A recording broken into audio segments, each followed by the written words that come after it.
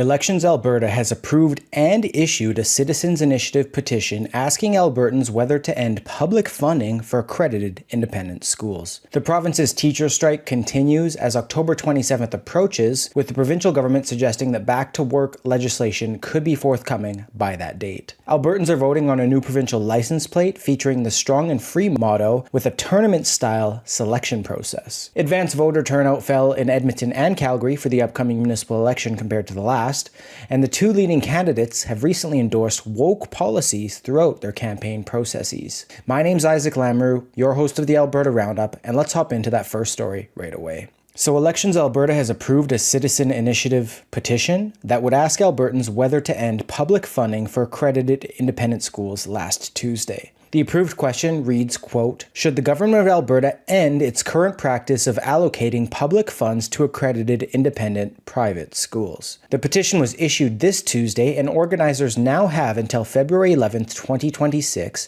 which is 120 days, to collect 177,731 signatures, which is 10% of votes cast in the last provincial election. Education Minister Dimitrios Nicolaides told True North that the government respects the process but remains committed to protecting school choice. He said, quote, "The Citizen Initiative Act is the purest form of democracy we have," and added that Alberta's system allows parents to select the type of education that best meets their child's needs and learning style and will help them reach their full potential. He warned that withdrawing funding from independent schools would seriously jeopardize choice, adding policy should not pit one set of students as more deserving than others. The province's system, which has been in place in some form since the 1970s, allows up to 70% of per-student operational funding to follow children to independent schools.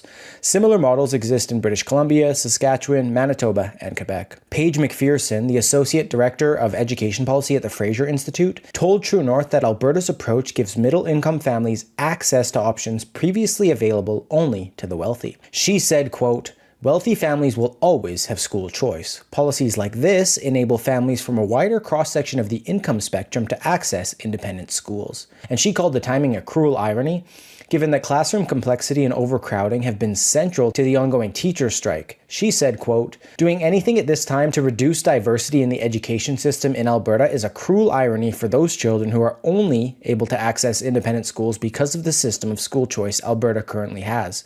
When the issue is that you have a complex classrooms, a wide swath of needs in a classroom, then the solution cannot be mandating that more students attend one-size-fits-all government public schools." In fact, she added that school choice actually lets parents escape these chaotic labor strikes. John Jagersma, the executive director of the Association of Independent Schools and Colleges in Alberta, told True North that the proposal would devastate his sector. He said, quote, "I don't think I'm being dramatic if I say it'd be catastrophic." He explained that roughly 80% of his schools, encompassing about 55,000 students, show the average income of independent school students' families is at or below the provincial average. Jagersma added that his fastest growing schools generally serve new Canadian families and students with special learning needs. He said forcing children who have not found success in public schools for one reason or another would be counterproductive as well, which would cost taxpayers around $300 million per year. The difference in the government's last two settlement offers to the teachers is less than that amount. He said, quote, "I don't want to say we're a rounding error because that's dramatic, but we are not the problem. Taking the funding away from us would solve nothing. It would be punitive, unproductive. You might look at this question and think, oh, that's great, we get some more funding for our schools. I'm in favor of that question without actually knowing that that's not accurate and it's hugely harmful." He explained that his schools have grown faster than the public system in recent years and refuted arguments that independent schools have received more funding. He explained that private schools get 70% of the funding allocated to public school students, so any discrepancy is linked to independent school growth outweighing public school growth. He said, quote, "The two biggest misconceptions, one would be those schools are for profit, and the other one would be those are for the rich. Both of those aren't accurate." As for the petition, Jagersma told me that it takes a month to apply for, and he added that its proponent, Alicia Taylor, is a Calgary district representative on the Alberta Teachers Association's governing council. He said, quote, "I can't help but feel like this is a bit more of an orchestrated attack on independent schools than it is a gut reaction to frustration." As for the teacher strike, we'll cover that in our next story. The Alberta government is threatening back-to-work legislation if the teacher strike continues into the beginning of the upcoming legislative session, which is set to begin on October 27th. Finance Minister Nate Horner told CBC that the legislation could be forthcoming. Alberta's teacher strike has closed more than 2,500 schools and affected almost 750,000 students since October 6th. Alberta Teachers Association President Jason Schilling issued very few clear demands that day, sticking to buzzwords and broad themes like chronic underfunding, complex classrooms, and fair pay. His remarks followed teachers overwhelmingly rejecting 2 provincial government settlements. One was recommended by a mediator, and another was negotiated and agreed upon by the Teachers Employer Bargaining Association and the Alberta Teachers Association. Despite collecting millions in union dues, Schilling confirmed teachers would not receive strike pay, a fact they were aware of when they voted. He added that the ATA would pay health benefits throughout the strike. Chris Sims, the Alberta director for the Canadian Taxpayers Federation, highlighted the rejected deals. She showed that teachers refused a package that would have made them the highest paid in Western Canada, with new teachers starting at $71,000 annually and reaching $100,000 yearly after 7 years of experience. The offer also included hiring 3,000 more teachers and 1,500 educational assistants and building 100 more schools. While Schilling said 51,000 teachers on strike, Alberta Premier Danielle Smith commented on the strike with different numbers at an unrelated Wednesday press conference. She claimed 35,162 teachers walked off the job, not including 7,000 substitutes. As for students, her number was 740,000, so she did the math herself, suggesting that these numbers would mean 21 students were in each class if it were equal across the board. But if there were 51,000 teachers, as Schilling suggested, that would equate to about 15 students per class, nowhere near the 40 that we've been hearing about. And Smith's comments came in response to a question about class size caps, key demand from teachers, but Smith expressed uncertainty about how such caps would be enforced. She said, quote, "We should already be able to have class sizes of 21, so we have to kind of look into why don't we? What is actually going on there? Is there some problem in administration in being able to allocate the teachers appropriately? Are there a lot of people working part-time? Shouldn't be the case, because I think you'd be a substitute if you were working part-time." And she also reminded Albertans that the NDP previously spent $2 billion during their tenure to attempt to reduce class sizes, but failed to do so. Smith suggested that classroom complexity, driven by English second language learners, autistic, disabled, and students with behavioral issues, could be a greater concern. She proposed that educational assistants might need to be deployed more strategically to address this. The province continues to offer temporary relief for families affected by the strike. Through the Parent Payment Program, parents of children aged 12 and under can receive $30 per day for childcare and tutoring costs. Additional support is available for families of children with complex needs, totaling up to $300 per 5-day school week. According to the Alberta government, the program is being funded with redirected teacher salary dollars for the duration of the strike, and the first payments are set to be dispersed by an e-transfer on October 31st. But for our next story, we can actually cool down, hopefully, with something a bit more fun and exciting, which is that all Albertans can and are encouraged to participate in. Because for the first time in 4 decades, Albertans will be choosing a new license plate, with tournament-style voting underway online to select one of 8 designs, all featuring the province's Strong and Free motto. The province announced the initiative on Wednesday. The Strong and Free campaign invites residents to select from 8 designs celebrating Alberta's landscapes, industries, and provincial identity. The winning design will be announced during the fall legislative session, with the new plates available in late 2026. The tournament-style online voting will take place between October 15th and November 5th. In the first phase, Albertans can vote between the 8 initial designs. The subsequent phase will feature a top 4, then a top 2, until the last license plate standing is crowned. Alberta Premier Danielle Smith said, quote, "A license plate is more than just tin and paint. It's a business card for Alberta. It states who we are, what we stand for, and the pride we take in being Albertans." She explained that the current plate was introduced in 1984, and the province has grown and changed remarkably since then. She said, quote, "Our province is bold, innovative, and deeply proud of its roots. It's time for the license plate to reflect that vibrant spirit and our beautiful landscape." While the license plates vary in design, from cattle being herded to oil rigs to beautiful mountain landscapes to very basic designs, Strong and Free is at the bottom of each version. Strong and Free can also be found on Alberta's coat of arms, which in Latin reads Fortis et Liber. Strong and Free also appears in Canada's national anthem, but despite this, the president of the Alberta Federation of Labour called the change change, a very Trumpian thing to do, and a big red flag. Service Alberta Minister Dale Nally also referenced the common association with Canada. He said that when the King of England delivered his throne speech in Ottawa, he also said strong and free in relation to the country. Nally said, quote, "There is no political ideology that owns the corner on strong and free." Smith said, in fact, that it was odd that strong and free wasn't already on the license plate, considering it is the provincial motto. Nally said he hoped the voting experience was fun and interactive. He added that implementation costs would only be between $25,000 and $50,000, and that only internal resources were being used and no extra budget was allocated to his department. All proposed designs include Alberta's provincial flower, the wild rose, after feedback indicated that residents wanted to keep it. Albertans who wish to replace their current plates onto the new design can pay a voluntary $28 fee or wait for renewal at no additional cost. Current plates will remain valid as long as they are in good condition. And the province also said that the updated designs will include reflective technology to improve visibility and meet international standards for counterfeit resistance. You can vote for the plates right now at alberta.ca/alberta-pick-a-plate. All the plates are super nice, and I myself am struggling how to decide how to cast my vote. But speaking of casting votes, for our next stories, we'll cover the upcoming municipal elections. So advanced voter turnout fell in both Edmonton and Calgary compared to 2021's municipal elections, but daily participation rates in Edmonton were higher due to the shorter 5-day window. In Edmonton, 41,340 residents voted in advance, which was down from 63,834 in 2021, but this year averaged 8,268 voters per day versus only 6,383 in 2021, which had twice the amount of days. So turnout steadily rose, peaking at 10,698 in the final day.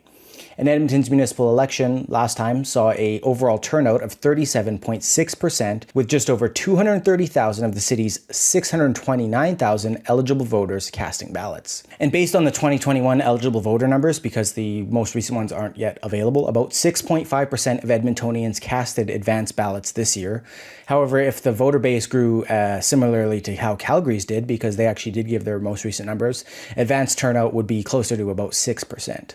And speaking of Calgary, advanced turnout also declined there because the city clerk's office reported 96,549 voters between October 6th and 11th, representing about 10.7% of eligible voters.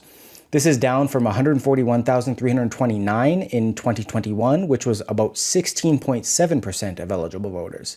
And the highest daily total in Calgary was October 11th, where 22,144 voted, roughly twice Edmonton's final day count.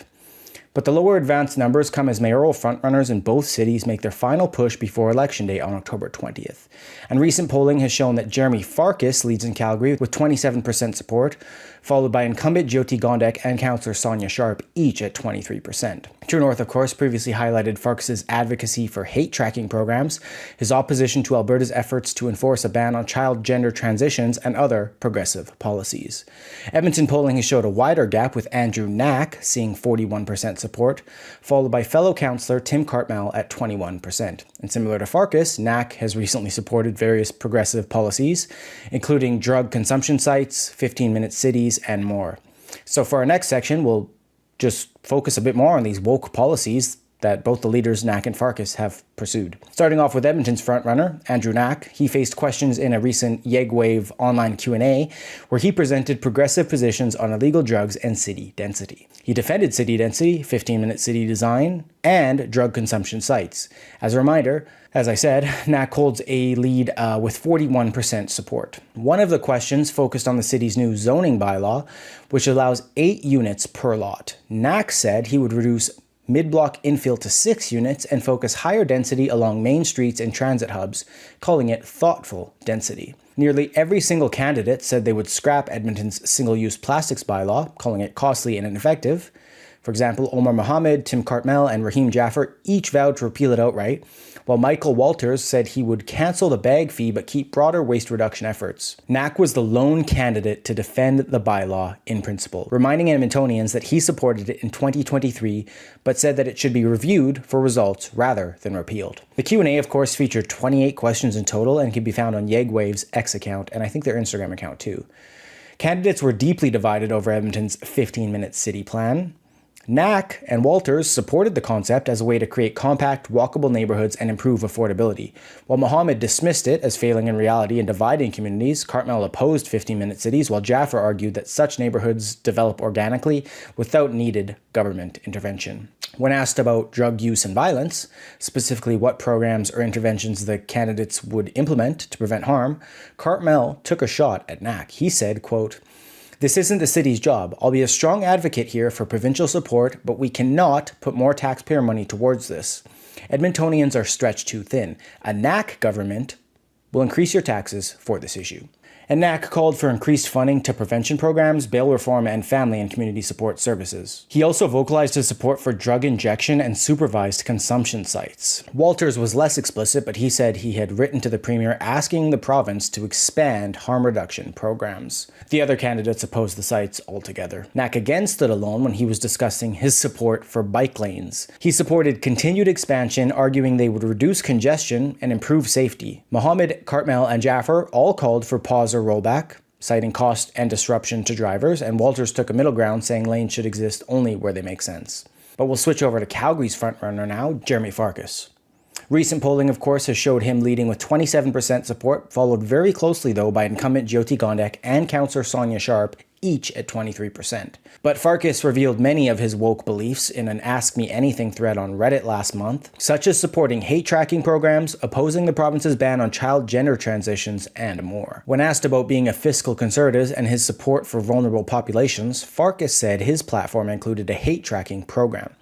He pointed to how his platform includes hate tracking and education programs, culturally competent training for first responders, and the housing equity roadmap to ensure our housing system works for racialized, newcomer, Indigenous, disabled, and 2SGLBTQI residents. Farkas also said that Mayor Jyoti Gondek deserves real credit for reconciliation. He pledged to keep the momentum going through partnerships in housing and land use. On other issues, like the provincial government's use of the notwithstanding clause to enforce its bans on medical gender transitions for youth and requiring schools to inform parents when their child uses a different pronoun at school, Farkas expressed disagreement. He said, quote, "I do not support that use of the notwithstanding clause." Farkas also celebrated putting forward a pro-immigration message for Calgary. Like Gondek, he also celebrated former Mayor Naheed Nenshi for his mental health and addiction strategy. He said, quote, "I've backed efforts like culturally competent safety training and restoring liaison officers so BIPOC and newcomer communities feel represented and protected." And in terms of bike lanes, Farkas was critical of the provincial government's stance against them. He also supported lowering speed limits. Farkas also discussed his stance on pandemic lockdowns, advocating for masking and saying he required his team to do so. And these examples I provided are not all-inclusive, as time is a factor in this show, but you can certainly read all about it on junonews.com, and I guess we'll know next week whether the cities decide to elect woke mayors and councillors. But for this week, that wraps up this week's Alberta Roundup. My name's Isaac Lamoureux. Have a great weekend. Thank you, and God bless.